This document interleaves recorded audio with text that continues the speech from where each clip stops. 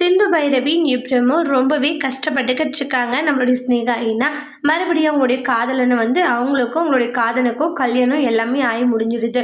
அப்போ நம்மளுடைய சிவா என்ன ஸ்னேகா இப்படி ஒருத்தனை நம்ப வச்சு ஏமாத்திருக்க, அதுவும் ஹாஸ்பிட்டலுக்காக நீ என்ன யூஸ் பண்ணிட்டு இருந்திருக்க அப்படின்னு நினைக்கும் போது கோவமும் அருவருப்பு மட்டும்தான் வருதுன்றாங்க.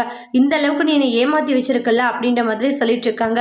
இல்லை நான் சொல்றத கேளு சிவான்றாங்க. போது நிப்பாட்டுன்றாங்க. என்ன ஸ்னேகா டார்லிங் போலாமா அப்படின்றாங்க. சி உனக்கு கொஞ்சம் கூட அசிங்கமா இல்லை, இது மாதிரி நம்ப வச்சு நீ ஏமாத்திட்டேன்றாங்க. பின்ன வேற என்ன பண்ணுவாங்கன்றாங்க. இங்க பாரு நீ பண்ண வேலைக்கு இதுதான் பண்ண முடியும் அப்படின்ற மாதிரி எல்லாம் சொல்லிட்டு இருக்காங்க அவங்களுடைய லவ்வரு. இந்த இடத்துல ஸ்னேகா ஃபீல் பண்றாங்க.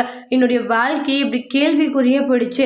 நான் எவ்வளோ ஆசையோடு இருந்த சிவாவை கல்யாணம் பண்ணிக்கிறதுல, ஆனால் இன்னைக்கு என்னுடைய வாழ்க்கை இப்படி பண்ணிட்டியா அப்படின்னு சொல்லிட்டு பயங்கரமா ஃபீல் பண்ணிட்டு இருக்காங்க. ஏன்டா இப்படி பண்ண? ஏன்னா எனக்கு நீ கிடைக்கணும், எனக்கு கிடைக்காதவங்களும் யாருக்கும் கிடைக்கக்கூடாதுன்னு பண்ண, கடைசியில் பார்த்தியா உன்னை எனக்கே கிடைக்க வச்சுட்டேன் அப்படின்ற மாதிரி சொல்லிட்டு இருக்காங்க. கேட்ட உடனே செம டென்ஷன் ஆயிட்டு இருக்காங்க. கொஞ்சம் கூட மனசாச்சே இல்ல இந்த அளவுக்கு மோசமானவனடா நீ அப்படின்ற மாதிரி எல்லாம் சொல்லிட்டு இருக்காங்க.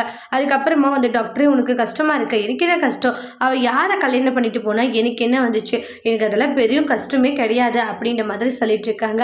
ஆனா எனக்கு சந்தோஷமா இருக்கு டாக்டர். ஏன்னா ஸ்னேகா வேற ஒருத்தரை கல்யாணம் பண்ணிக்கினா இல்லையா, இப்பதான் மனசு ஒரு மாதிரி திருப்தியா இருக்கு.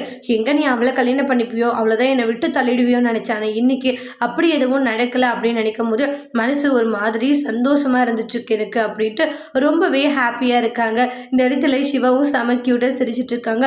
ஸ்னேகா பைத்தியம் பிடிச்ச மாதிரி இருக்காங்க. என்னோட லைஃபே போயிடுச்சு, இப்படி ஆயிடுச்சு அப்படின்னு சொல்லிட்டு கத்தி கத்தி கதறி அழுதுட்டு இருக்காங்க ஸ்னேகா. அதோட இந்த ப்ரோமோவை முடிச்சிருக்காங்க. இனி வரக்கூடிய எபிசோட்ல என்ன மாதிரி ஒரு டோஸ்ட் வர போதுன்ட்டு வெயிட் பண்ணி பார்க்கலாம். இந்த வீடியோ உங்களுக்கு பிடிச்சிருந்தா லைக் பண்ணுங்க, கமெண்ட் பண்ணுங்க, ஷேர் பண்ணுங்க. மறக்காம நம்ம சேனலை சப்ஸ்கிரைபர் பண்ணிக்கோங்க. Thank you friends.